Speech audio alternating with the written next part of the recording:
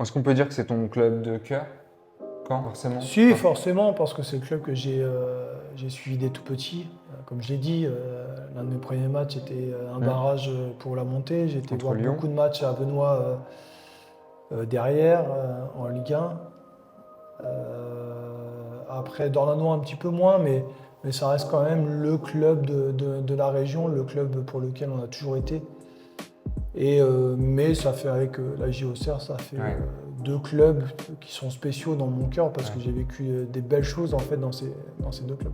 En fait, quand on avait vraiment plus une équipe de copains, où on a démarré ensemble en Ligue 2, des joueurs, comme je disais, Nicolas Seub, Sébastien Mazur, des joueurs qui venaient un peu de centre de formation, qui étaient jeunes comme moi, on a grandi ensemble avec ce club. Bon, j'imagine que tu dois être assez triste de voir la descente du Stade Malherbe cette saison.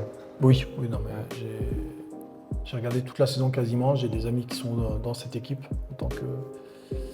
J'ai eu Nicolas Seub qui a été remercié au mois de décembre. C'était une tristesse pour moi parce que c'est quelqu'un que j'apprécie beaucoup humainement dans ce qu'il fait. Donc ouais, c'est triste parce que je pense qu'il y avait moyen de faire mieux. Mais aujourd'hui, quand on arrive à ces résultats dans le football, c'est qu'il n'y a pas de mystère. C'est qu'il y a eu des erreurs commises à plein d'endroits.